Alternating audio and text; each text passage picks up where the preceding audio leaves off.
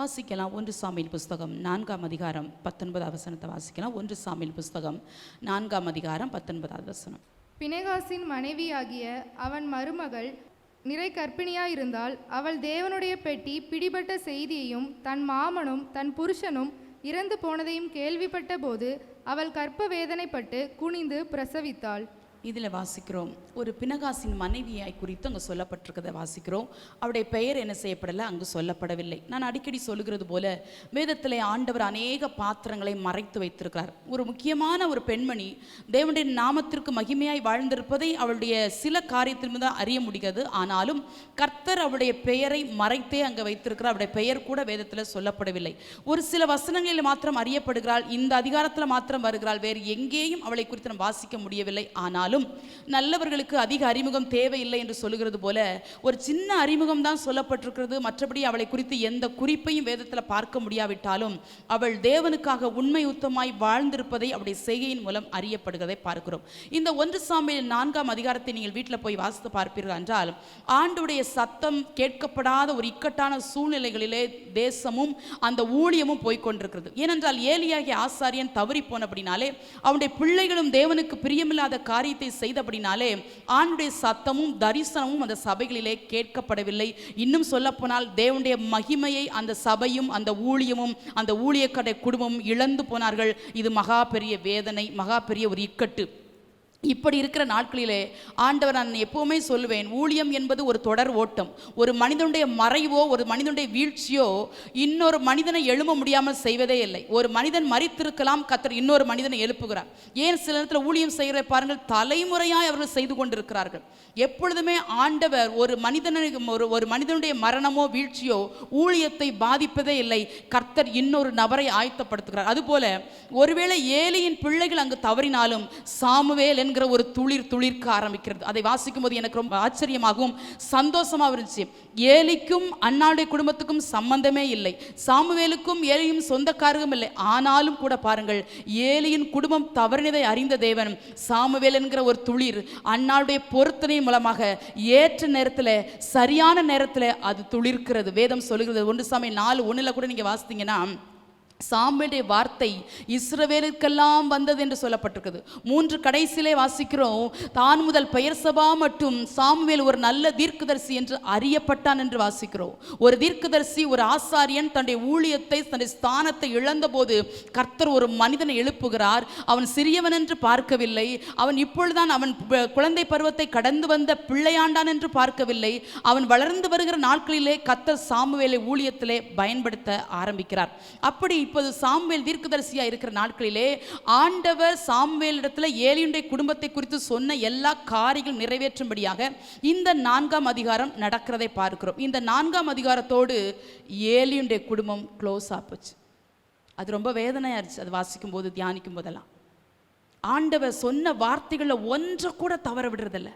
உண்மையுள்ள தேவன் ஆண்டவர் சாமுவேல்கிட்ட என்னெல்லாம் ஏலியின் குடும்பத்தை சொன்னாரோ எல்லாவற்றையும் அங்கே நிறைவேற்றி முடிக்கிறார். ஒரு யுத்தம் நடக்கிறது, பெலிஸ்தியருக்கும் இஸ்ரவேல் ஜனங்களுக்கும் யுத்தம் நடக்கிறது. அதில் இவங்க இஸ்ரவேல் ஜனங்கள் தோற்று போகிறாங்க. அவங்க நினைக்கிறாங்க, ஏன் நம்ம தோற்று போனோம், ஏன் கர்த்தர் நம்மளுக்கு தோல்வியை தந்தார் அப்படின்னு சொல்லி அவங்க நினைக்கும் போது அவங்க நினைக்கிறாங்க, ஐயோ ஒருவேளை உடன்படிக்கை பெட்டி இல்லாததுனால நம்ம தோற்று போயிட்டோமோ, உடன்படிக்கை பெட்டியை கொண்டு வந்திருந்தா நம்ம ஜெயிச்சிருக்கலாமோ நினைக்கிறாங்க.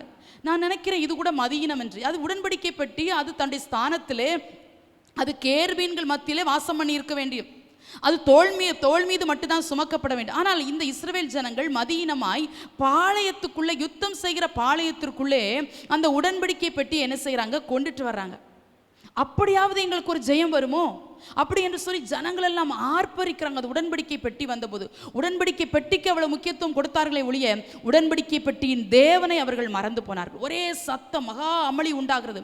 பெலிஸ்தியர் இதை கண்டு பயந்து போகிறார்கள். ஐயோ மகத்துவமான தேவர்கள் வந்து விட்டார்கள் என்று சொல்லலாம் அலறினாலும் கூட ஆண்டவர் அவர்களை விட்டு விலகினதை இஸ்ரவேல் ஜனங்கள் அறியாமல் இருந்தபடினாலே ஒரு பெரிய தோல்வி அவர்கள் சந்திக்கிறார்கள்.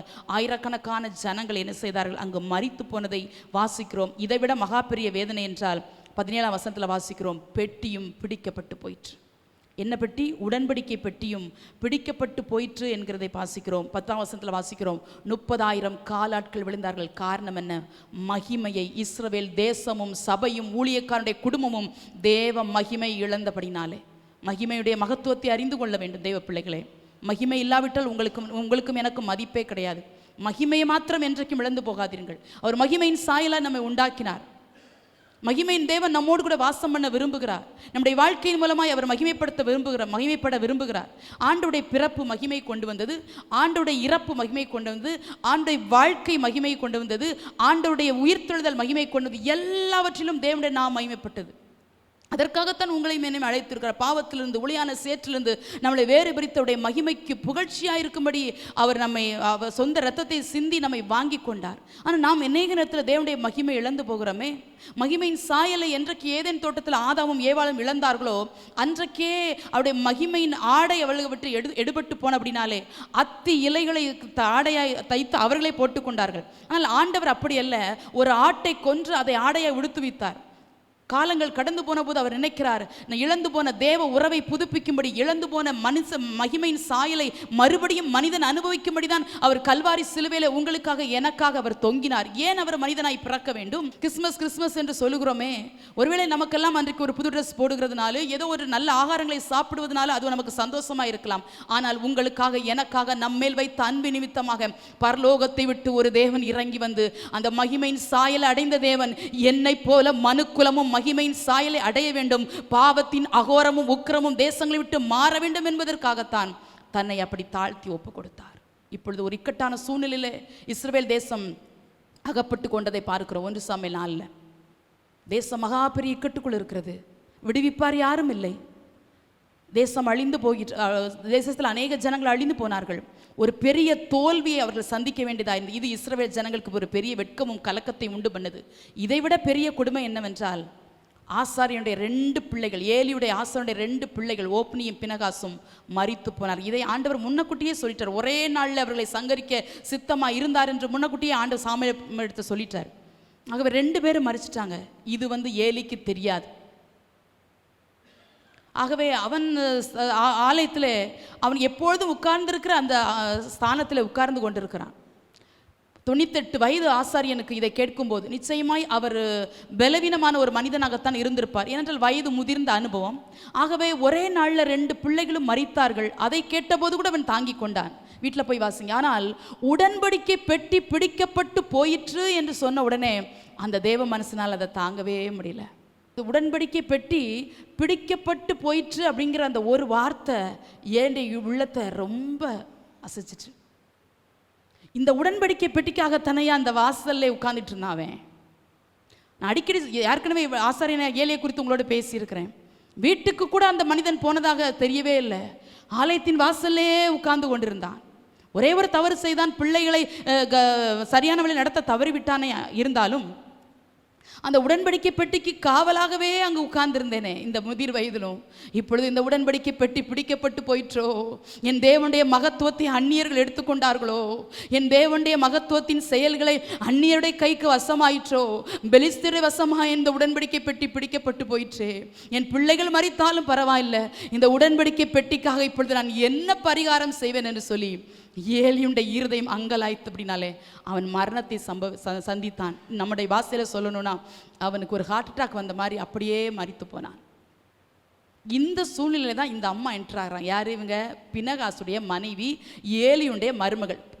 ஏலிக்கு 2 பிள்ளைங்க, ஓப்னி பினகாசு. அதில் ஒருவனுக்கு மனைவி தான் யார்? இந்த பினகா. இவங்க எழுதப்பட்டிருக்குது. இவங்க பேர் சொல்லப்படலை. இந்த அம்மா இந்த இடத்துல மட்டும்தான் வர்றாங்க. வேற எங்கேயும் இந்த அம்மாவை குறித்து நம்ம வாசிக்கவே முடியல. ஆனால் ஒரு 4 வசனத்தில் வந்தாலும் நச்சுன்னு அவங்கள குறித்து அறிய முடியுது. என்ன ஒரு பெரிய விதமாலாம் அவங்கள வர்ணித்துலாம் சொல்லவில்லை. இந்த இக்கட்டான சூழ்நிலையில் இந்த அதிகாரத்தில் அவங்க 4 மரணங்களை வாசிக்கிறோம். 1 ஏலி மரிச்சு போயிட்டார். 2 ஏலியுடைய 2 பிள்ளைகளை மரிச்சு போயிட்டாங்க. 3 மரணம். இங்கு இவளும் மரிச்சு போயிட்டா. 4 மரணங்களை வாசிக்கிறோம். இப்போ இவ இந்த சம்பவத்தை வாசிக்கும் போது இவ உயிரோடு இருக்கிறா. இவள் உயிரோடு இருக்கும்போது 3 மரணங்களை அவள் கேள்விப்பட்டா. கணவனும் இறந்தாச்சு, கணவனுடைய சகோதரனும் இறந்தாச்சு, மாமனாராகிய ஏலியும் இறந்து போயிடுச்சு. இப்படிப்பட்ட சூழ்நிலையில் அவள் நிறை மாத கர்ப்பிணியாக இருக்கிறா. இப்போ அவளுக்கு பிரசவ காலம். பழைய ஏற்பாட்டு நாட்களிலே பிள்ளை பிறப்பதை, அதுவும் ஆண் பிள்ளை பிறப்பதை அவர்கள் அதிகமாய் விரும்பி இருக்கிறார்கள். அதை மிகவும் கனமாய் எண்ணி இருக்கிறார்கள். அப்படிப்பட்ட ஒரு சூழ்நிலையில் நம்முடைய பாஷையில் சொல்லணும்னா அவள் லேபர் வார்டில் உட்கார்ந்து படுத்திருக்கிறா. அவள் இப்போ டெலிவரிக்காக காத்திருக்கிறா. வித்தின் செகண்டில் அவளுக்கு ஒரு குழந்தை பிறக்க போகுது. அவங்க சுற்றில் இருக்கிற மருத்துவச்சிகள்லாம் அவளை ஆறுதல் படுத்துறாங்க, அவளை தேற்றுறாங்க, பயப்படாத. அப்போ அவளுக்கு பிள்ளையும் பிறந்துருச்சு, ஆண் பிள்ளையை பெற்றெடுத்துட்டா. அடுத்த வசனம் வாசிமா, 20ஆம் வசனம். அவள் சாக போகிற நேரத்தில் அவள் அண்டையிலே நின்ற ஸ்திரீகள், நீ பயப்படாதே, ஆண் பிள்ளையை பெற்றாய் என்றார்கள். அவளோ அதற்கு ஒன்றும் சொல்லவும் இல்லை, அதின் மேல் சிந்தை வைக்கவும் இல்லை. இதில் வாசிக்கிறோம், 19 வாசிக்கிறோம். அவள் அந்த துக்கமான செய்தியை கேள்விப்பட்ட போது அவள் குனிந்து பிரசவித்தாள் என்று சொல்லப்பட்டிருக்கு. ஒரு வேதனை, கர்ப்ப காலமே கஷ்டமான ஒரு காலம். பிரசவ வேதனை என்பது மகா கொடிய வேதனை. இப்போ இவளுக்கு உள்ளத்துல வேதனை வந்துச்சு. என் கணவனும் இறந்தாச்சு, கணவனுடைய சகோதரனும் இறந்தாச்சு, மாமனாரும் இறந்துட்டார். இப்படிப்பட்ட ஒரு சூழ்நிலையில இவளுக்கு வலிக்கு மேல வலி, வேதனைக்கு மேல வேதனை, நெருக்கத்துக்கு மேல நெருக்கம். பாவம், அவள் என்ன செய்வா? அவளுக்கு ஆதரவு சொல்ல யாரும் இல்லை. கூட நேர்ஸ் தான் பக்கத்தில் இருக்கிறாங்க. அவங்க சொல்றாங்க, நீ பயப்படாத. அவ பேர் தெரியாதுல்ல, அதனால அவ பேரை சொல்லியிருந்திருப்பாங்க, இங்க சொல்லப்படலை. நீ பயப்படாத, இப்பவும் உனக்கு பையன் பிறந்திருக்கிறான், ஏற்கனவே அவனுக்கு ஒரு பையன் இருக்குது, இப்ப 2வது முறையும் நீ ஒரு ஆம்பளை பையனை பெற்றிருக்கிறான், அதனால பயப்படாதுன்னு சொன்னாங்க. வேதம் தெளிவாய் சொல்லுகிறது, அவளோ அதற்கு ஒன்றும் சொல்லவும் இல்லை, அதன் மேல் சிந்தை வைக்கவும் இல்லை. எந்த தாயாவது தன் பிள்ளை பிறந்தபோது அந்த பிள்ளை முகத்தை பார்க்காம இருப்பாளா? இருக்கவே மாட்டா. அந்த பிள்ளையுடைய முகத்தை பார்க்கும்போது அவளுக்கு தான் வட்ட வலிகள், வேதனையெல்லாம் சடிதியாய் மறைந்து போகும். இதற்காகத்தானே 10 மாதம் இந்த விட வேதனைப்பட்டேன். எந்த தாயும் தன்னுடைய பிள்ளையுடைய முகத்தை பார்ப்பதுக்கு ஆசைப்படுவாளே. இவர்கள் இஸ்ரவேல் ஜனங்கள் மிகவும் அழகாக இருந்திருப்பார்கள், பிறந்த குழந்தையும் அழகாக இருந்திருக்கும். ஆனால் அவள் சிந்தை கூட வைக்கவில்லையே. ஏன் தெரியுமா? உடன்படிக்கை பெட்டி பிடிக்கப்பட்டு போனது என்கிற துக்க செய்தி அவருடைய காதுகளை விழுந்ததுனால, எனக்கு பிள்ளை பிறந்தால் என்ன, அது எப்படி இருந்தால் என்ன, அது தகப்பனை போல இருந்தால் என்ன, அது தாயை போல இருந்தால் என்ன, அது கருப்பாக இருந்தால் என்ன, அது கலராக இருந்தால் என்ன, ஒன்றும் அவள் சொல்லலை. அவள் சிந்தையும் அதன் மேல் வைக்கல. கர்த்தருடைய ஜனமே, இந்த கடைசி காலத்தில் சிந்தையை உலகத்தின் மீது வைப்பதற்காக கர்த்தர் உங்களையும் என்னை அழைக்கவில்லை. உலகத்தின் மீது சிந்தை வைத்து ஒரு கூட்டம் தேவ மகிமை இழந்து ஓடிக்கொண்டிருக்குது. அநேக ஊழியங்களில் மகிமை இழந்து போயப்பட்டாயிற்று. அந்த தேசத்தில் கர்த்தருடைய மகிமை இழந்து போனப்பட்டாயிற்று. அநேக ஊழியர்கள் தேவனுடைய மகிமை இழந்து போனார்கள். அநேக சபைகள் தேவ மகிமை இழந்து போனது. அது வேதனை. மகிமை மாத்திரம் சீக்கிரமாய் நம்மை விட்டு எடுபட்டு போயிடும். ஆகவே மகிமையை காத்துக்கொள்வதற்காக நீங்களும் நானும் கடைசி வரைக்கும் போராட வேண்டும். இன்னைக்கு காலையிலிருந்து எனக்கு இந்த நேரம் வரைக்கும் கொஞ்சம் சிந்திச்சு பாருங்க. உங்களுடைய மகிமைக்காக ஏதாவது ஜோம் பண்ணீங்களா? ஏதாவது வாஞ்சிச்சிங்களா? உங்களுக்கு வேலை இருந்திருக்கும், போனீங்க வந்தீங்க, இதை தான் செஞ்சிருப்பீங்க. ஒரு பாட்டு இல்லை, ஒரு துதி இல்லை, ஒரு ஆராதனை இல்லை, ஆண்டரோட ஒரு சின்ன சின்ன ஜெபம் இல்லை, ஒரு உறவு இல்லை. அப்படி நிறைய பேருடைய வாழ்க்கை ரொம்ப ஆவிக்குரிய ட்ரைனஸாகவே போயிட்டு இருக்கு. இவங்க வாழ்க்கையெல்லாம் மகிமையை பார்க்க நீங்கள் நினைக்கலாம், மகிமையினால் நாங்கள் என்ன செய்ய போகிறோம்? இல்லை இல்லை, ஒரு கொடிய காலம் வரப்போகிறது. மகிமையால் மூடப்படுகிற ஒரு தேவ ஜனத்தை கத்த தேடுறாரு. மகிமையால் மூடப்படுகிற ஊழியர்கள் அவளுக்கு தேவை. மகிமையால் மூடப்பட்ட சபைகள் அவருக்கு தேவை. பிசாசானவன் கர்த்தருடைய மகிமையை ஊழியங்களை விட்டு, தேசத்தை விட்டு, சபைகளை விட்டு எடுத்துக்கொள்கிற கடைசி காலத்தில் நீங்களும் நானும் மகிமைக்காக போராடி அந்த மகிமையை காத்துக்கொள்ளணும். யாரோ எப்படி வாழ்ந்துட்டு போகலாம், இஷ்டம் போல வாழலாம், மனம் போன போக்கில் போகலாம். அதற்காக கர்த்தர் உங்களையும் என்னையும் தெரிந்தெடுக்கவே இல்லை. உங்கள் பார்வை உண்மையாக இருக்கட்டும், உங்கள் வாயின் வார்த்தைகள் உண்மையாக இருக்கட்டும். தேவ மகிமை அவ்வளோ ஈஸியாக இழந்துட்டோன்னா திரும்ப தேவ சாயலால் நீங்களும் நானும் புதுப்பிக்கப்படுகிறது அவ்வளவு கஷ்டம். ஒவ்வொரு நாள் அதான் மோசையை பாருங்களேன். யாத்ராமத்தில் வாசிக்கிறோம், 34 நினைக்கிறேன், 33, 34 இதெல்லாம் நீங்கள் வாசிக்கும் போது அவர் சொல்வார், உங்களுடைய மகிமை எனக்கு காண்பித்துடலாம் ஆண்டவரே அப்படின்னு கேட்பார். எனக்கு அது ஆச்சரியமாக இருக்கும். அந்த ஆசாரியன் என்னைக்கு ஊழிய பொறுப்படுத்து மோசை எகிப்திலிருந்து இஸ்ரவேல் ஜனங்களை கூட்டிகிட்டு வந்தாரோ, நான் நினைக்கிற ஒரு நாள் கூட அவர் நிம்மதியாக தூங்கினாரோ தூங்கலையோ தெரியல. எப்பவும் முறுமுறுப்பு தான், எப்பவும் போராட்டம், எப்பவும் மோசையோட வாக்குவாதம். இப்படிப்பட்ட ஒரு கடினமான சூழ்நிலையில் தான் அவர் ஊழியம் செய்கிறாரு. ஆனால் கூட கேட்குறாரப்பா, உங்கள் மகிமை எனக்கு காண்பிப்பீங்களா ஆண்டவரே? அந்த மகிமைக்காக ஏங்கினதுனால தான் அவருடைய வாழ்க்கை, ஊழியம், அவருடைய மரணம் எல்லாமே மகிமையை கொண்டு வந்ததாக இருந்துச்சு. இப்போ இவளுக்கு எந்த நோக்கமும் இல்லை, எந்த சிந்தையும் இல்லை. அவங்க சொல்கிறாங்க, ஏய் கொஞ்சம் திரும்பி பாரு, உன் பிள்ளை எவ்வளோ அழகாக இருக்குதுன்னு பாரு, உன்ன மாதிரி இருக்குதுன்னு பாரு, உன் பிள்ளை உன் கணவன் மாதிரி என்னெல்லாமோ சொல்லியிருந்திருக்கலாம். அவளுக்கு சிந்தை கூட அதுக்கு மேலே போகல. அவள் அதுக்கு ஒரு பதிலும் சொல்லலை. ஏன்? அவள் இருதயம் உடைக்கப்பட்டிருந்துச்சு. எனக்கு ஒரு ஆண் பிள்ளை பிறந்திருக்குது, என் கணவன் இறந்துட்டா என்ன, நான் என் பிள்ளைக்காக வாழ்ந்துருவேன், எனக்கு 2 பிள்ளை இருக்குது, 2 ஆம்பளை பையன் இருக்குது, இந்த பிள்ளைகளை பார்த்தாவது எனக்கு ஒரு சந்தோஷம் அப்படின்னு அவள் நினச்சிருந்துருக்கலாம். அவள் பிரசவித்தாள் என்று சொன்னால் நிச்சயமாய் அவளுக்கு கொஞ்சம் வயது தானே இருந்திருந்திருக்கும். இந்த இள வயதில் தேவனுடைய நாமத்துக்காக, அவருடைய மகிமைக்காக அவருடைய உள்ளம் ஏங்கினது. அவள் தன் ஜீவனையும் கூட விட்டு கொடுக்க ஆயத்தமானாள். இன்றைக்கு ஒரு இளவயதின் கூட்டம் தேவனை விட்டு தூரமாய் போய்கொண்டே இருக்கிறது. இளவயதும் வாலிபமும் மாயை. சீக்கிரமாய் கடந்து போகிற ஒரு வாலிப பருவம், சீக்கிரமாய் கடந்து போகிற இள வயதின் பருவம். அவள் ஒன்றும் சொல்லலை, அவள் பதிலும் சொல்லலை, அவள் அதுக்கு சிந்தையும் வைக்கலை, அவள் அதை கண்டுக்கிடவே இல்லை. அந்த பிள்ளையை நிச்சயமாக சொல்கிறேன், திரும்பி கூட அவள் பார்த்ததாக வேதத்தில் எழுதவே படலை. கர்த்தருடைய ஜனமே, தெய்வ மகிமையினால் உங்கள் குடும்பத்தை மூடுவதற்கு ஒவ்வொரு நாளும் தெய்வ சமூகத்தில் காத்துருங்க. உங்கள் பிள்ளைங்க மகிமையால் மூடப்பட்டாங்கன்னு வச்சுக்கோங்களேன், பாவத்தை தேடி ஓட மாட்டாங்க, சபைக்கு வராமல் இருக்க மாட்டாங்க. மகிமை மகிமை மகிமை மகிமை. காலைதோறும் கரம் விரித்து கர்த்தருடைய சமூகத்தில் நில்லுங்கப்பா. மகிமையை காண்பிப்பீங்களாப்பா, மகிமையை காண்பிப்பீங்களாப்பா, மகிமையால் மூடுவீங்களாப்பா. உன் மகிமைக்காக ஏங்குறப்பா, மகிமைக்காக வாஞ்சிக்கிறேன்ப்பா, மனம் போன போக்கில் இனி போக மாட்டேன்ப்பா, உங்கள் சித்தப்படி வாழ்வேன்ப்பா, நீங்கள் என்ன சொன்னாலும் கேட்பேன்ப்பா, தியாகம் பண்ணுவேன்ப்பா, பொருத்தனை பண்ணுவேன்ப்பா, உங்கள் நாமத்துக்காக பிரயாசப்படுவேன்ப்பா சொல்லி பாருங்க. அந்த நீங்கள் மகிமையே இழந்து போயிருந்தாலும் மறுபடியும் உங்கள் மேலே, என் மேலே வைக்கிற இரக்கத்தினால திரும்பவும் அந்த மகிமையினால் கர்த்தர் நம்மளை மூடுவார். மகிமையால் மூடப்படுகிற ஒரு தேவ சந்ததி தேசங்களில் இன்னைக்கு பெருகட்டும். இவ்வளவு இக்கட்டான சூழ்நிலைக்கு வந்துட்டா அவள் ஒன்றும் சொல்லலை. ஆம்பளை பையன் தான் பிறந்திருக்குது, பதிலும் சொல்லலை, திரும்பியும் பார்க்கல. அதை பார்க்கறதுக்கு அவள் இஷ்டமும் படலை. அதான் அவளே இஷ்டப்படலை. இந்த இக்கட்டான சூழ்நிலையில் என்னையா எனக்கு பிள்ளை பிறந்தா என்ன, அது உயிரோடு இருந்தா என்ன, செத்தா என்ன நினைச்சாலோ இன்னும் தெரியல. ஏனென்றால் அப்படி இருதயம் உடைக்கப்பட்டிருந்துச்சு. 21 வாசிமா.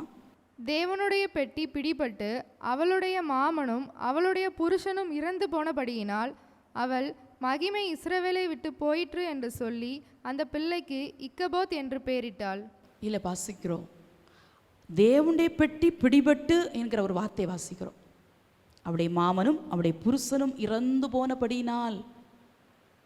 சில பிள்ளைங்க பிறக்கும்போது குடும்பத்தில் ஏதாவது அபத்தமான சில காரியம் நடந்துச்சுன்னா இந்த பிள்ளை ராசி இல்லாத பிள்ளைன்னு சொல்லுவாங்க. அது பொய், அப்படி இல்லை. ஆனால் இவ அதற்கெல்லாம் அப்படி நினைக்கல. எங்கள் மாமனார் இறந்துட்டாரு, எங்கள் கணவன் இறந்துட்டா, அதனால இந்த பிள்ளை ராசி இல்லாத பிள்ளை அப்படிலாம் நினைக்கல.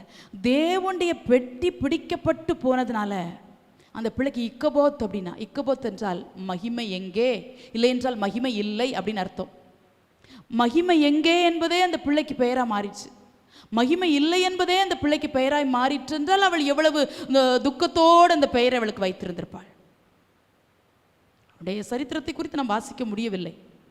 கர்த்தருடைய பிள்ளைகளே, ஒரு பிரசவித்த ஒரு தாய் தன் பிள்ளையுடைய முகத்தை கூட பார்க்காமல் ஏக்கமுற்றவளாக இருந்தால் உடன்படிக்கை பெட்டி பிடிக்கப்பட்டு போனது. ஆண்டவரே, தேவனுடைய நாமத்திற்கு மகிமையாய் ஆலயத்திலே இருந்த அந்த உடன்படிக்கை பெட்டி இப்பொழுது பெலிஸ்தியர் வசமாய் போயிற்றோ என்று சொல்லி அவருடைய இருதயம் நொறுங்கி போன அப்படின்னாலே அந்த துக்க செய்தி அவளால் தாங்கவே முடியல. மாமனார் இறந்ததையும் தாங்கிக்கிட்டா, கணவன் இறந்ததை கூட ஏற்றுக்கிட்டா. ஆனால் உடன்படிக்கை பெட்டி பிடிக்கப்பட்டு போனதை என்னால் தாங்க முடியாதுன்னு சொல்லி தான் அந்த பிள்ளைக்கு இக்கபோத் என்று பெயரிட்டாள். கர்த்தருடைய ஜனமே, நம்முடைய வாழ்க்கையில் எத்தனையோ துக்க செய்திகள் வழியை சந்திக்கிறோம். ஆனால் எல்லாத்தையும் நம்மளால் ஏற்றுக்கொள்ள முடியல. சில நேரத்தில் சிலதை ஏற்றுக்கொள்கிறோம், சிலதை ஏன் கேட்குறோம், சில நேரம் அழுறோம், கதறோம், குமுறோம், எல்லாம் செய்கிறோம். ஆனால் தேவனுடைய காரியத்துக்கு இந்த பினகாசின் மனைவியை போல முக்கியத்துவம் கொடுத்தோமா? பிள்ளைக்கு சுகம் இல்லை அப்படின்னா நம்ம வருத்தப்படுறோம், பிள்ளைகள் நல்ல படிக்கலைன்னா வருத்தப்படுறோம், பிள்ளைக்கு காலகாலத்தில் நடக்க வேண்டியது எல்லாம் நடக்கலன்னு வருத்தப்படுறோம். உண்மைதான். ஆனால் ரட்சிக்கப்படாமல் இருக்குதே பிள்ளை, ஜெபிக்காமல் இருக்குதே, வேதத்தை கையில் எடுத்து பல நாள் ஆச்சே, ஆராதனைக்கு வந்து பல நாள் ஆச்சே, ஆலயத்துக்கே வரலையே, தேவனையே மறந்து போச்சே. நிறைய பேருக்கு அந்த துக்கம்லாம் இல்லை. பிள்ளை சுகமாக வாழணும் இந்த உலகத்தில், கடைசி வரைக்கும் என் பிள்ளை குறைவில்லாமல் வாழணும். நான் சொல்கிறேன், நீங்கள் நல்ல தாயாக நல்ல தகப்பனாக இருந்தீங்கன்னா அப்படி நினைக்கவேமா. உங்கள் பிள்ளைகளை நீங்கள் உண்மையாக நேசிச்சிங்கன்னா கர்த்தருடைய காரியத்தில் கடிந்து கொண்டு வளருங்க, புத்தி சொல்லி வளருங்க. அதுக்கு மேலேயும் உங்கள் பிள்ளை கேட்கலையா, ஒரு வார்த்தை எக்ஸ்ட்ரா சொல்லுங்கள். ஆண்டவர் சிட்சித்தாகிலும் என் பிள்ளையை கர்த்தருடைய சமூகத்தில் கொண்டு வந்து விட்டுருங்கப்பா. நான் கண்ணை மூடுறதுக்குள்ளே என் குடும்பம் ரட்சிக்கப்பட்டு தேவ சமூகத்தில் நிற்கிறத பார்க்காம, என் பிள்ளையும் என்னுடைய குடும்பமும் என் சந்ததியும் சமூகத்தில் வந்து நிற்கிறத பார்க்காம நான் மறிக்கக்கூடாது. ஆண்டவரே, பிள்ளைங்க ரட்சிக்கப்பட்டிருந்தா நான் சொல்கிறேன், தாராளமாக கண்ணை மூடிட்டு போகலாம். பிள்ளைக்கே கல்யாணமே ஆகலைங்க, நமக்கு மரணம் வந்துச்சுன்னா கூட தைரியமாக செஞ்சுட்டு போகலாம். ஏன்னா ரட்சிக்கப்பட்டுட்டு என்னைக்கு எக்கால சத்தம் கேட்டாலும் அது பரலோகத்தில் வந்து நிற்குமே, அது போதுமே நம்ம பிள்ளைகளுக்கு, நம்முடைய குடும்பத்துக்கு. அவளுடைய ஒரே ஏக்கம் மகிமைக்காகவே ஏங்கினான், மகிமைக்காகவே ஏங்கினான். அதனால தான் அவளுக்கு பிரசவ வேதனை தான் வந்துச்சு, பிள்ளையும் பிறந்துச்சு, ஆனால் அவ செத்துட்டா. ஜீவன் போகத்தக்க அளவுக்கு அவளுக்கு வருத்தம் வந்திருக்குமானால் அவள் எவ்வளவு வேதனை அடைஞ்சிருப்பா, அவள் இருதயம் எவ்வளவு நொறுங்கி இருந்திருக்கும் பாருங்க. குழந்தை பிறக்கும் போதெல்லாம் சுயநினைவோட தான் இருக்குதா? பிள்ளைக்கு பேர் வைக்கிற அளவுக்கு அவளுக்கு சுயநினைவு இருக்குது. ஆனா பேரை வச்சுட்டு அப்படியே கண்ணை மூடிட்டா. உடன்படிக்கை பெட்டிக்காக ஜீவனே விட்டு கொடுத்துட்டாளே. ஏன் உடன்படிக்கை பெட்டிக்காக ஜீவனை விட்டு கொடுத்தா? மகிமை போயிடுச்சு. நிறைய விசுவாசிகளை பார்ப்பேன், தேவனுடைய நாமத்திற்கு இகழ்ச்சியா, அவருடைய மகிமைக்கு இகழ்ச்சியா வாழ்ந்துட்டு இருக்கிறாங்க. எங்கெல்லாம் தேவனுடைய நாமத்தை இகழ்ச்சியா நடக்கிறீங்களோ, தேவனுடைய நாமத்துடைய மகிமையை குலைச்சு போடுறீங்களோ, அங்கெல்லாம் நீங்களே வாலண்டியராக சாபத்தை தேடிக்கொள்கிறீங்கன்னு அர்த்தம். ஒரு நாளும் உங்கள் மூலமாக என் மூலமாக தேவனுடைய நாமத்தின் பசுத்த குலைச்சல் ஆகவே கூடாது. அவருடைய மகிமைக்கு புகழ்ச்சியாக தான் கர்த்தர் உங்களை என்னை அழைச்சாரே தவிர அவருடைய நாமத்தை தூசிக்கிற விதமாக நீங்களும் நடந்து கொள்ளவே கூடாது. அந்த அந்த பயம் நமக்கு இருக்கணும். இந்த கடைசி காலத்தில் மகிமையெல்லாம் கொஞ்சம் கொஞ்சமாக இழந்து கொண்டே வருகிறது சபைகளை. ஆவியானவர் சபைகளில் கிரியை செய்கிறத சிலரை பிரத்யட்சமாக பார்க்க முடியல. விசுவாசிகளுக்கு அந்த பயம் நடுக்கம் இல்லை. சத்துரு இந்த கடைசி நாட்களில் யாரை விழுங்கலாமோன்னு சொல்லி வகை தேடி சுற்றி திரிகிறான். ஆனால் ஒன்று, மகிமையால் உங்கள் குடும்பம் மூடப்பட்டுச்சா பலவீனம் உங்களை விழுங்க முடியாது, போராட்டம் உங்களை விழுங்க முடியாது, கண்ணீர் இந்த அவமானம் எதுவுமே உங்களை விழுங்க முடியாது. எத்தனை தடவை விழுறீங்களா அத்தனை தடவை நீங்கள் எழுந்து நின்றுட்டே இருப்பீங்க. ஏன் தெரியுமா? நீ மகிமையால் மூடப்பட்ட தேவ ஜனம். மகிமை உன்னை முன்னாலையும் பின்னாலையும் காத்து கொண்டிருக்கிறது. இன்ன வரைக்கும் நம்மளை தேவன் உங்களையும் என்னையும் நம்முடைய குடும்பத்தையும் சபையும் கத்த இது வரைக்கும் காத்து வர்றான காரணம் என்ன? ஒருவேளை நீங்கள் அதற்கு பாத்திரமா இருந்தீங்களோ என்னமோ தெரியாது. ஆனால் ஒவ்வொரு நாளும் உங்களுக்காக நாங்கள் ஜெபிக்கிறோம். ஆண்டவரே, மகிமை எங்கள் பிள்ளைகளை மூடி இருக்கட்டும், எங்கள் தேவ சபையை மூடி இருக்கட்டும், எங்கள் பிள்ளைங்களை காத்துக்கொள்ளட்டும். உங்கள் குடும்பத்துக்காக எத்தனை பேர் அப்படி திறப்பில் நின்னீங்க? இவ சாகிற நேரத்தில் கூட அப்பா இறந்து போச்சுங்க, தாத்தாவும் இறந்து போயிட்டார், பாட்டியோட நிலைமை என்னமோ தெரியல. ஒருவேளை அந்த அம்மா அதுக்கு முந்தி போய் சேர்ந்துட்டோம் என்னமோ தெரியல. நம்மளாக இருந்தால் என்ன செஞ்சுருப்போம்? நான் உயிரோடு இருந்தால் தான் என் பிள்ளையை வளர்க்க முடியும். கணவன் இறந்து யாருமே பிள்ளைய வளர்க்கலையா உலகத்தில்? ஏன் இவளுக்கு தான் கணவன் அதிசயமாக செத்து போயிட்டாரா? இவ வீட்டில் தான் மரணமா? ஏன் இவ வீட்டில் தான் மாமனார் செத்து போயிட்டாரா? இல்லை, அப்படிலாம் அவன் நினைக்கல. அந்த உடன்படிக்கை அண்டர்லைன் த வேர்ட், உடன்படிக்கை பெட்டி பிடிக்கப்பட்டு போயிட்டு அந்த ஒரு வார்த்தை தான் அவள் இருதயத்தை உடைச்சிச்சு. கணவனுடைய மரணத்தை கூட துணிஞ்சு ஏற்றுக்கிட்டா. அவள் குடும்பத்தில் நடந்த சோகத்தை கூட துணிஞ்சு ஏற்றுக்கிட்டா. அவள் தேசத்தில் 30,000 பேர் செத்து போயிட்டாங்க, அதை கூட துணிஞ்சு ஏற்றா. உடன்படிக்கை பெட்டி வச்சு தானே எங்கள் தேசமே மகிமையாக இருந்துச்சு, எங்கள் ஆலயமே மகிமையாக இருந்துச்சு. அதுவே போயிடுச்சுன்னா இனி நான் எதுக்குங்க உயிரோடு இருக்கணும் அப்படின்னு நினச்சி ஜீவனை கூட துச்சமாக எண்ண ஆரம்பித்தா. இனி எனக்கு ஜீவன் இருந்து எதுக்கு, இல்லாமல் இருந்து எதுக்கு? இனி உடன்படிக்கை பெட்டி திரும்ப வராதுன்னு நினச்சாவா? ஏன் தெரியுமா? பெலிஸ்தியர்கள் பொல்லாதவர்கள், பெலிஸ்திய ஆவி பெற்றவர்கள் பொல்லாதவர்கள். சீக்கிரமாக ஒன்று அபகரிச்சாங்கன்னா அவளை ஈஸியாக கொடுக்க மாட்டாங்கன்னு அவளுக்கு தெரியும். ஏனென்றால் அவள் வாழ்ந்த நாட்களில் கூட அவள் சில யுத்தங்களை எல்லாம் அவள் பார்த்துருந்துருக்கலாம். சத்ருடைய கையில் பிடிக்கப்பட்டி போயிடுச்சோ உடன்படிக்கை பெட்டி. அவள் இருதயம் அப்பொழுதே அங்கலாக்கி ஆரம்பித்தது. நான் நினைக்கிறேன் அவள் இருந்தது பிரசவ வார்டில் தான் இருக்கிறா.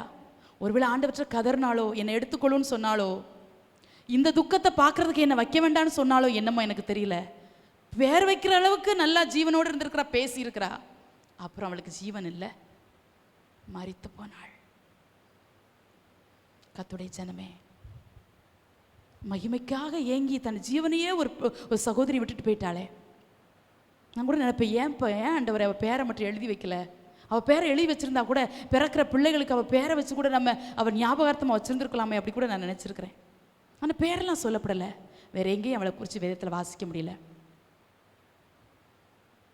அவள் சொல்கிறா, 22 கடைசியில் வாசிக்கிறோம், மகிமை இஸ்ரவேலை விட்டு விலகி போயிற்று.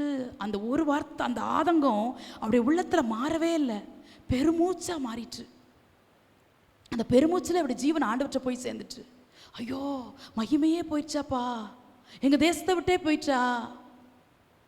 அவ குடும்பமே பாருங்களேன், அந்த அந்த அந்த ஏலியுடைய குடும்பமே ஃபுல் ஸ்டாப் வச்ச மாதிரி ஆயிடுச்சு. அதுக்கப்புறம் ஆண்டவர் ஏலியின் குடும்பத்திலேருந்து அப்புறம் ஒருத்தரையும் கூட ஊழியத்துக்கு எடுக்க முடியாதபடி ஆகிப்போச்சு. அதனால தான் சாமுவேல் என்கிற ஒரு துளிர கர்த்தர் புறப்பட செய்கிறார்.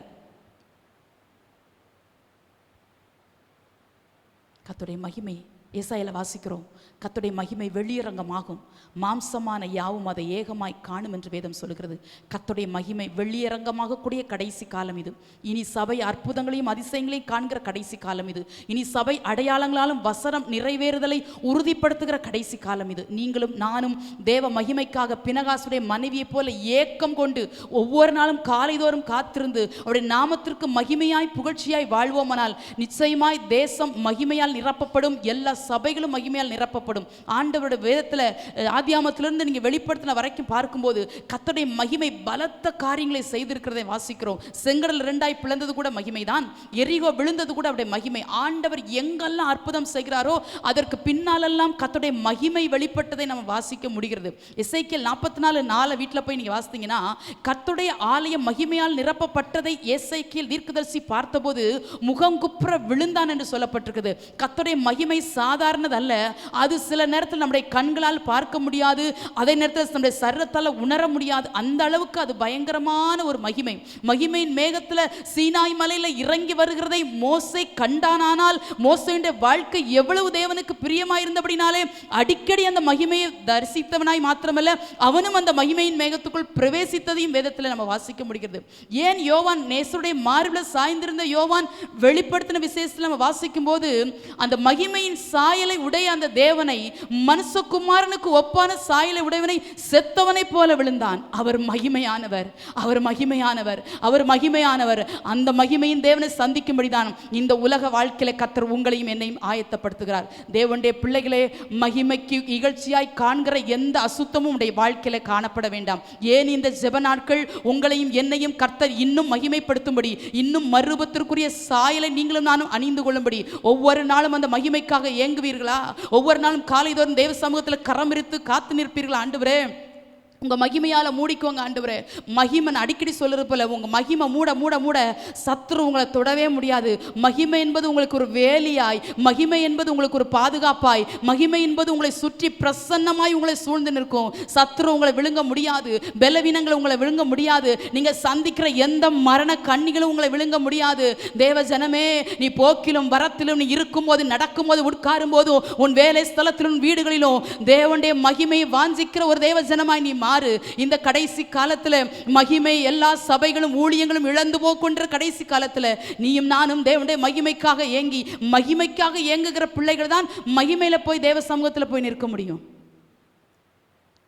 வேதம் தெளிவாய் சொல்லுகிறது, ஒரு எக்காலம் தொனிக்கும், ஒரு நிமிஷத்திலே நம்ம எல்லாரும் மறுரூபமாக்கப்படுவோம்.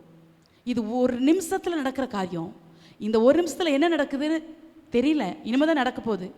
நடந்த பிற்பாடும் என்ன நடந்துச்சுன்னு வந்து கீழே வந்து நம்ம சொல்றதுக்கு நமக்கு ஒரு சான்ஸ் எல்லாம் கொடுக்கப்பட போறதில்லை. ஆனால் ஒன்று, நம்முடைய சரத்தையும் கர்த்தர் மகிமையாக மாற்றி அந்த மகிமையின் தேவனை தரிசிக்கும்படி அவருடைய சமூகத்தில் கொண்டு போய் நிறுத்த போறாரு. மகிமைக்காக ஏங்குற பிள்ளைங்க மகிமையின் தேவனை சந்திப்பதற்கு கர்த்தர் எந்த சூழ்நிலையிலும் நம்மளை ஆயத்தப்படுத்துவார். ஆகவே ஒவ்வொரு ஆண்டவர் பாருங்களேன், யோவான் 11 அதிகாரத்தை இங்கே வீட்டில் போய் வாசிங்க. லாசரு வியாதியாக இருக்கிறத கேள்விப்படுறார். கேள்விப்பட்ட பிற்பாடு அவர் இருந்த ஊர்ல 2 நாள் இருந்துக்கிட்டாரா. ஆனால் ஒரு வார்த்தை சொல்றாரு, இந்த வியாதி மரணத்துக்கு ஏதுவாயிராமல் தேவனுடைய மகிமை விளங்குறதுக்கு ஏதுவாக இருக்குதுன்னு சொல்றார். அப்போ சில இக்கட்டுகள் கூட நம்ம வாழ்க்கையில் ஏன் வருதுன்னா அதுல கூட தேவன் ஒரு மகிமை விளங்க பண்றாரு. ஒரு போதகர் திடீரென்று மரித்து போனார் பாருங்க. பிள்ளைகள்லாம் அப்போதான் ஊழியத்தில் தலையெடுக்க ஆரம்பிச்சிருக்கிறாங்க. ஒரு போதகர் திடீரென்று மரித்து போனார். நான் கூட நினைச்சேன், என்னப்பா இப்படி சீக்கிரமா இந்த ஊழியக்காரன் எடுத்துக்கிட்டீரே, மரணத்துக்கு எதுவான வியாதி ஒன்றும் இல்லையே, ஏன் இந்த ஊழியக்காரர் எடுத்துக்கணும், இவ்வளோ பெரிய ஊழியம், ஆண்டவர் ஏன் இவர் இப்படி மரித்து போனார் என்று சொல்லி நான் அடிக்கடி அந்த ஊழியத்தையும் அந்த குடும்பத்தை நினைச்சு நான் கூட அங்கலாய்த்தது உண்டு. ஆனால் பார்த்தீங்கன்னா கர்த்தர் அந்த பிள்ளைகளை கரங்களை எடுத்துக்க ஆரம்பித்தார். அந்த தலைமுறைகளை தேவனுக்காக பயன்படுத்த ஆரம்பித்தார். இன்னைக்கு நான் பெயர் சொல்ல விரும்பலை, தேவனுக்காக மகிமையா மகிமையா மகிமையா அவ்வளோ ஊழியத்தை கர்த்தர் செஞ்சிட்டு இருக்கிறாங்க. அப்போதான் நினைச்சேன், சில மரணங்கள் கூட தேவனுடைய நாமத்துக்கு மகிமையா இருக்குது போல. தகப்பன் இருந்த காலத்துல செஞ்ச ஊழியத்தை காட்டிலும் கர்த்தர் இன்றைக்கு தேசம் முழுதும் இன்டர்நேஷனல் லெவல்ல அந்த ஊழியத்தை கர்த்தர் வளர செய்கிறாருன்னா அந்த மரணம் கூட அவங்க ஊழியத்துல ஒரு மகிமைன்னு தான் நான் சொல்வேன். ஏன் சில நேரத்தில் கர்த்தர் உங்களையும் என்ன இக்கட்டுக்குள்ள அனுப்புறாருன்னா அந்த இக்கட்டு வழியா போகும்போது கூட தேவனுடைய நாம மகிமைப்படுமானால் நம்ம இக்கட்டுல தாராளமா போகலாம். இக்காலத்து பாடுகள் இனி வரும் மகிமைக்கு ஒப்பிட முடியாது, ஒப்பிடத்தக்கவைகள் அல்ல. இன்னும் மகிமை பற்றி சொன்னா சொல்லிகிட்டே இருக்கலாம். ஆனால் நான் முடிக்க போகிறேன். பேர் சொல்லப்படாத ஒரு ஸ்திரீ, ஊழியத்தில் உன்னை சொல்லப்போனால் ஒரு பாஸ்டருடைய மருமக, பினகாசுடைய மனைவி. ஒரு பாஸ்டர் குடும்பத்துக்கு மருமகளாக வரணும்னா கர்த்தர் அவன் மேலே ஏதோ ஒரு நோக்கத்தை வச்சுருந்துருக்கிறார், ஏதோ ஒரு திட்டத்தை வச்சுருக்கிறார். நான் நினைக்கிறேன் அவள் இங்கு மட்டும் இல்லை, அவள் உயிரோடு வாழ்ந்த நாட்கள் அவள் இருதயம் கூட ஏங்கி இருந்துக்கும். ஏன் தெரியுமா? புருஷன் சரியில்லைங்க அவளுக்கு. பாஸ்டரை மகன் தான் அவளுடைய கணவன், ஆனால் சரியில்லையே. சர்ச்சுக்கு வருகிற பெண்களோடு தகாததை நடப்பித்தான் என்று வேதம் சொல்லுகிறதுனால உயிரோடு வாழும்போது அவள் உள்ளத்தில் ஏங்கியிருப்பா, ஐயோ என் கணவன் சரியில்லை. ஒன்று. ரெண்டாவது, கணவன்கிட்ட சொல்லி பார்த்துருப்பா, எங்க தவறு செய்யாதீங்க, தவறு செய்யாதீங்க, நம்ம மகிமைக்காக தெரிந்தெடுக்கப்பட்ட குடும்பம்னு சொல்லியிருந்திருப்பா. மனைவி சொன்ன நல்ல வார்த்தைகளை அவன் கேட்க தவறிட்டான். மனைவியோ கணவனோ சொல்லுகிற நல்ல வார்த்தைகளை கேளுங்க. தேவனுடைய நாமத்திற்கு ஏதுவான காரியங்களை என் மனைவி சொல்லி கேட்குறதா அப்படி நினைக்காதீங்க, கணவன் சொல்லி கேட்குறதா நினைக்காதீங்க.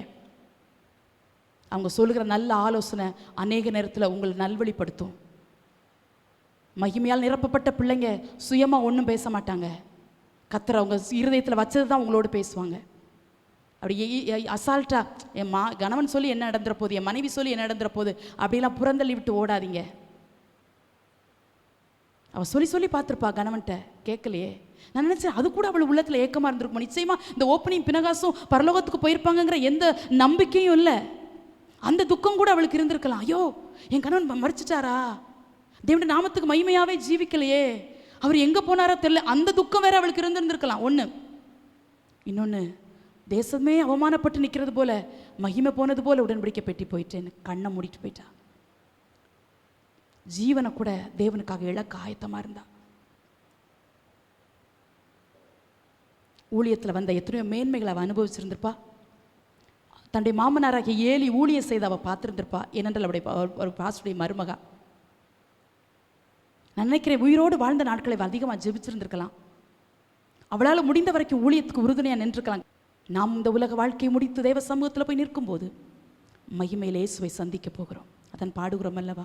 மகிமையில் இயேசுவை தரிசிக்கும் நேரத்தில் அந்த நாள் நல்ல நாள், பாக்கிய நாள். அப்படி சொல்லணும்னா ஒரு நாள் போய் நல்ல நாள்ப்பா, பாக்கிய நாள்ப்பா. ஒரு மனுஷன் மறிச்சிட்டான்னா நம்ம எல்லாரும் அழுறோம்ல. இதை மட்டும் சொல்லி முடிக்கிறேன். ஒரு பாஸ்டர்மாவுடைய அப்பா இறந்து போயிட்டாங்க.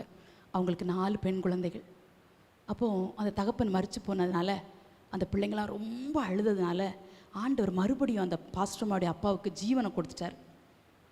மறுபடியும் அவர் உயிரோடு எழும்பிட்டார். எழும்பிட்டு யார்ட்டையுமே பேசலை. அவர் மனைவிட்ட பேசலை, பிள்ளைங்கிட்ட பேசலை.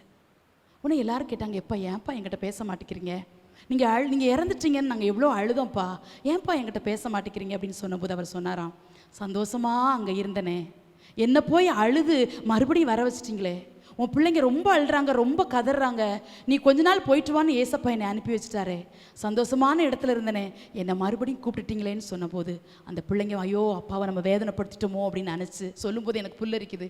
அந்த பிள்ளைங்க வேதனைப்படுத்திட்டோமோ நினச்சி மறுபடியும் அப்பாவுடைய ஜீவனை கர்த்தருடைய கரத்தில் ஒப்பு கொடுத்தாங்க. 10 நாள் அவர் இருந்து மறுபடியும் தேவ சமூகத்தில் போய் சேர்ந்தார். மகிமையின் தேவனை தரிசிப்பதற்கு நீங்களும் நானும் எந்த சூழ்நிலையும் நமக்கு ஆயத்தமாக இருக்க வேண்டும். மரணம் என்றைக்கு வரும் என்று நமக்கு தெரியாது. காலம் என்றைக்கு கடந்து போய்கொண்டே இருக்கிறது. ஆகவே நீங்களும் நானும் ஒவ்வொரு நாள் காலத்தை கடந்து, காலமோ செல்லுதே வாலிபம் மறையுதே அப்படின்னு பாடுற மாதிரி வாலிபம் மறைந்து கொண்டே போகிறது. நம்முடைய பருவங்களும் கடந்து கொண்டே போகிறது. நித்திய தேவனை சந்திக்கும்படி ஆயத்தப்படு. மகிமையின் தேவனை தரிசிப்பதற்கு எந்த நேரத்தில் ஆயத்தமாகும். தேவனுடைய மகிமைக்காய் வாழ்வோம். கர்த்தர் தாமே நம்மை ஆசீர்வதிப்பாராக.